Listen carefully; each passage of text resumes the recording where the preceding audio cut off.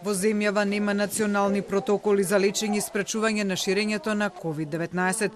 Ова го констатираше Лекарската комора на Македонија, која без навлегување во детали околу непостоење на унифицирани протоколи бара надлежните институции, стручните комисии и лекарските здруженија да споделат со јавноста стручни ставови со цел да не се шират дезинформации кои може да го загрозат здравјето на граѓаните.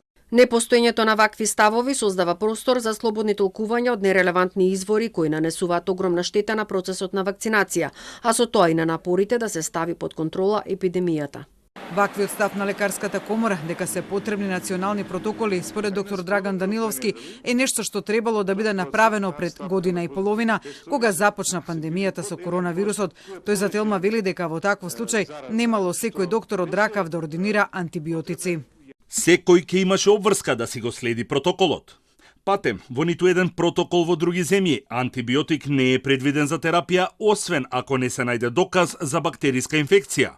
Овде даваа сите на сите нивоа на здравствена заштита. Образложението најчесто беше да не се спушти на плуќа, значи превентивно. Такво нешто не постои во медицината, освен во хирургија и стоматологија. Дополнително доктор Даниловски смета дека протоколите треба да ги предлагаат Македонското лекарско здружение заедно со здруженијата на инфектолози и пулмолози, вклучително и со епидемиолозите и микробиолозите.